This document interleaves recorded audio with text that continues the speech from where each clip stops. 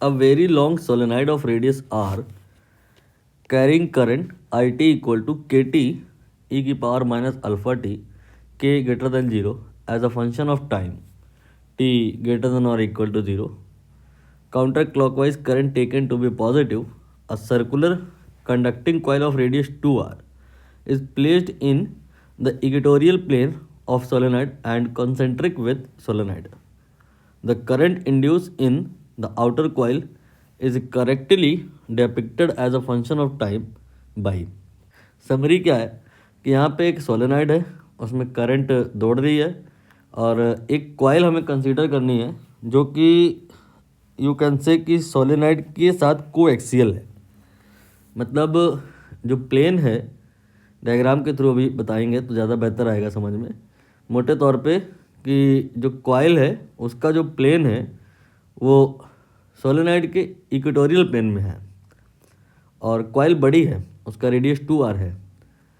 तो जब current change होगी सोलेनॉइड में तो मैग्नेटिक फील्ड लाइंस जो बनेंगी वो भी चेंज होंगी। तो जो कॉइल है उसके थ्रू फ्लक्स चेंज होगा, तो फिर ईएमएफ इंड्यूस होगा, तो फिर करंट होगी। उस करंट का यहाँ पे ग्राफ बनाना है। अब डायग्राम के थ्रू बात कर लेते हैं। यहाँ पर ये मैंने बनाई एक बड़ी सी कॉइल, इसका रेडियस 2r है और एक सोलेनॉइड है उसका रेडियस r है। ये हमने एक सोलेनॉइड बनाया, इसका रेडियस r है, लेकिन ध्यान दीजिएगा ये सोलेनॉइड इनफाइनेटली लॉन्ग है। ये क्वेश्चन में बोलना बहुत ज़रूरी था, नहीं बोलते तो हम अंडरस्टूड कर लेते, नहीं तो फिर अगर फाइनाइट लेंथ का सोलेनॉइड ले लिए तो बड़ी मुश्किल हो जाएगी। क्या मुश्किल हो जाएगी ये भी हम बताएंगे। फिलहाल मैंने ऐसे डॉटेड बनाया टू गिव द मैसेज कि आपका ये सोलेनॉइड जो है ये इनफाइनाइटली लॉन्ग है।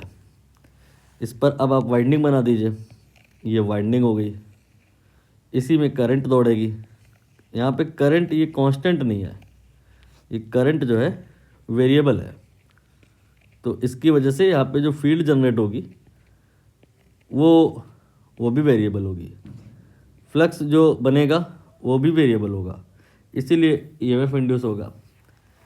यहाँ पे करंट मैंने जो आई बनाई है, अब ध्यान से सुनिएगा। जो ये आपका सोलेनॉइड है लॉन्ग होने की वजह से ये हम कह पाएंगे कि यहाँ पर जो भी फील्ड होगी वो अंदरूनी हिस्से में होगी, सोलेनॉइड के अंदर होगी, बाहर नहीं होगी। क्योंकि ऐसा नहीं कि बाहर होगी नहीं, सब कुछ रिलेटिव होता है। एग्जैक्ट इनफाइनाइट का क्या मतलब है? एग्जैक्ट इनफाइनाइट तो कुछ होता ही नहीं है, लेकिन सोलेनॉइड की लेंथ 2r की तुलना में बहुत ज़्यादा अगर आप मानोगे तो उससे ये होगा कि सोलेनॉइड से निकलने वाली जो फील्ड लाइंस होंगी वो 2r वाली कॉइल के थ्रू नहीं जाएंगी। इस वजह से जो भी फील्ड है वो सब इस जगह पे होगी। यहाँ पर इस पार्ट में आपको चिंता करने की बात नहीं है, कोई भी फ्लक्स एसोसिएट नहीं होगा। Only flux associated will be circle of radius r, even coil has radius 2r। एक बात मैं और डिस्कस करना भूल गया, इक्वेटोरियल प्लेन वगैरह सब कहीं पर लिखे हैं उल्टा सीधा, ये उसको मैं एक बार एक्सप्लेन कर दूं। तो ये मैंने एक सिलेंडर बनाया, या यू कैन से एक सोलेनॉइड हो गया। ये सोलेनॉइड का एक्सेस आप समझते ही होंगे, ये जो दो सर्कल बन रहे हैं इन्हीं का सेंटर आप ज्वाइन कर देंगे तो जो लाइन बन के आएगी उसी लाइन को कहा जाएगा एक्सेस। अब बात करेंगे हम इक्वेटर की। इक्वेटर क्या होता है? जो एक्सेस होता है उसके परपेंडिकुलर प्लेन, उसको ही इक्वेटर कहते हैं। या you can say equator is a plane जिसका नॉर्मल एक्सेस इटसेल्फ होता है। तो यहाँ पर अगर आप कॉइल ऐसे बना देते तो एक्सेस जो है ना सोलेनॉइड की, ये इसी कॉइल पे लाई कर जाती। ये नहीं करना था आपको एक्सेस को परपेंडिकुलर बनाना था, कॉइल को इक्वेटोरियल प्लेन पे रखना था। ये वाली कहानी बिल्कुल ठीक है। यहाँ पे कॉइल आपकी इक्वेटोरियल प्लेन पे है, एक्सेस कॉइल के परपेंडिकुलर है। तो ये वाली बात जो अगर आपको परेशान कर रही हो तो अब आई थिंक नहीं करनी चाहिए, equatorial plane of the coil. बाकी ये भी आपको समझ आया होगा कि 2r नो डाउट इसका रेडियस है, but flux calculation will be only with part of radius r. What will be the value of flux? That will be b into a and a will be pi r square. a की value हम नहीं भी रखेंगे तो चलेगा, b की value रखनी पड़ेगी। b because of solenoid, ideal solenoid mu zero N I होता है। अब यहाँ पर हमें i की वैल्यू रखनी पड़ेगी, तो i की value mu zero N A, then i की वैल्यू के टी ई की पावर माइनस अल्फ़ा टी। ये जो चीज़ें कांस्टेंट हैं उनको आप c से रिप्लेस कर दो, तो जो फ्लक्स आया यहाँ पे सी टी ई की पावर माइनस अल्फ़ा टी आ गया। चेक कीजिए ये फ्लक्स कांस्टेंट है क्या, टाइम पे डिपेंड कर रहा है क्या कि नहीं कर रहा है। दिख रहा है साफ साफ कि कर रहा है। तो फ्लक्स जो अगर टाइम पे डिपेंड कर रहा है तो इसका जो टाइम रेट होता है D phi by D T ये माइनस ई के बराबर होता है। ये बात फैराडे ने बताई थी हमें यहाँ पर, इसलिए फाई का डिफरेंशिएशन करना पड़ेगा।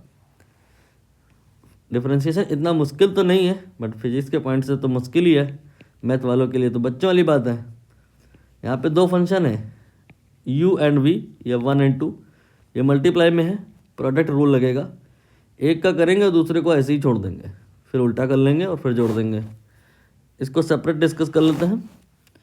तो यहाँ पे फाई जो आया था that was some constant then T E की power minus alpha T and we are going to differentiate that. तो ये आ गया सी, टी को मैंने लिखा और ई की पावर माइनस अल्फ़ा टी का मैंने को डिफरेंशिएशन करना है, फिर उल्टा करेंगे। ई की पावर माइनस अल्फ़ा टी को ऐसे लिखेंगे और टी का डिफरेंशिएशन कर देंगे। अब बात आएगी डिफरेंशिएशन की, तो टी तो ऐसे ही रहेगा, ई की पावर माइनस अल्फ़ा टी का डिफरेंशिएशन, ई की power minus alpha T into coefficient of T that is minus alpha, and फिर ई की पावर माइनस अल्फ़ा टी और टी का डिफरेंशिएशन 1। अब यहाँ पे D phi by D T और सॉल्व करेंगे, ई की पावर माइनस अल्फ़ा टी को कॉमन निकालेंगे, तो ये आ जाएगा माइनस अल्फ़ा टी प्लस 1। ये ई के बराबर नहीं है, ये माइनस ई के बराबर है।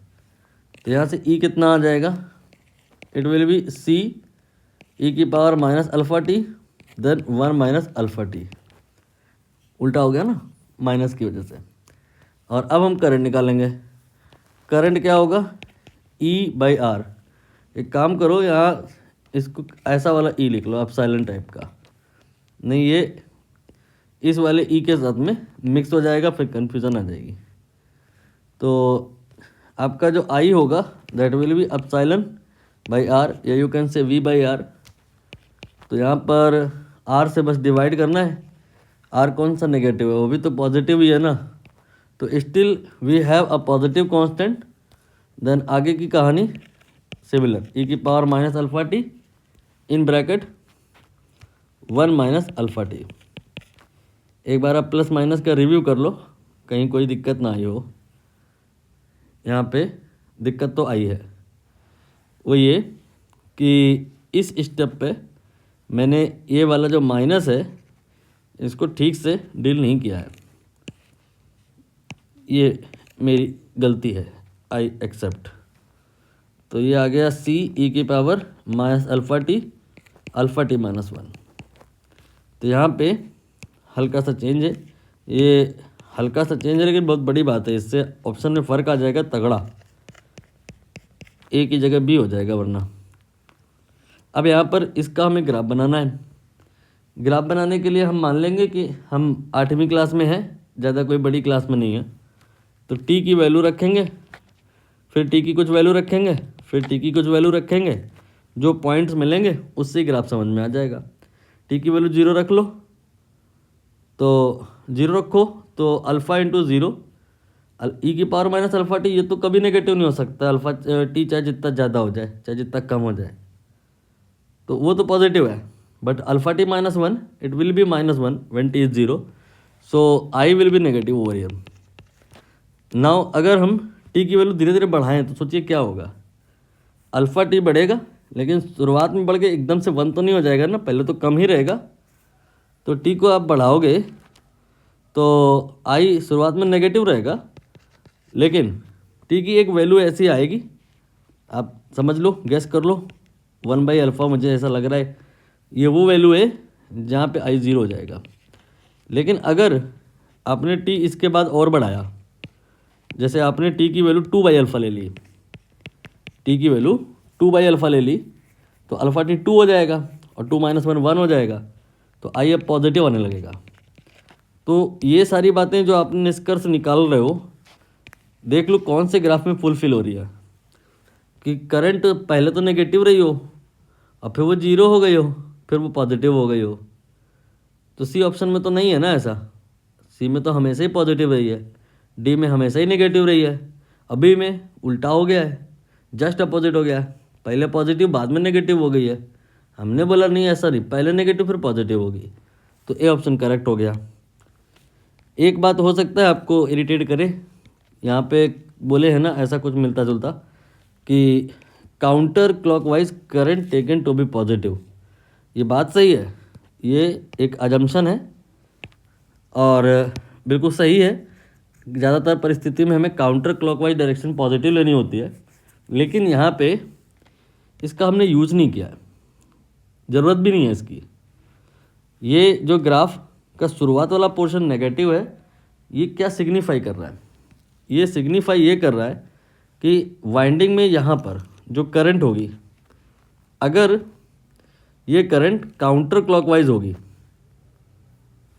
और काउंटर क्लॉकवाइज ये वर्ड ये मैं क्यों यूज़ करने से बच रहा हूँ, दरअसल टेबल फैन आपने देखा हो तो पूछ ले आपसे कि बताओ ये काउंटर क्लॉकवाइज घूमता है या क्लॉकवाइज, तो ये गड़बड़ है, क्वेश्चन ही गड़बड़ है। ऑब्जर्वर के बिना बता ही नहीं सकते। अगर आप टेबल फैन को आगे के बजाय पीछे से देखो तो डायरेक्शन बदल जाएगी, क्लॉकवाइज एंटी क्लॉकवाइज सब बिगड़ जाएगा मामला। इसीलिए हमने इस वाली लाइन का यूज़ नहीं किया।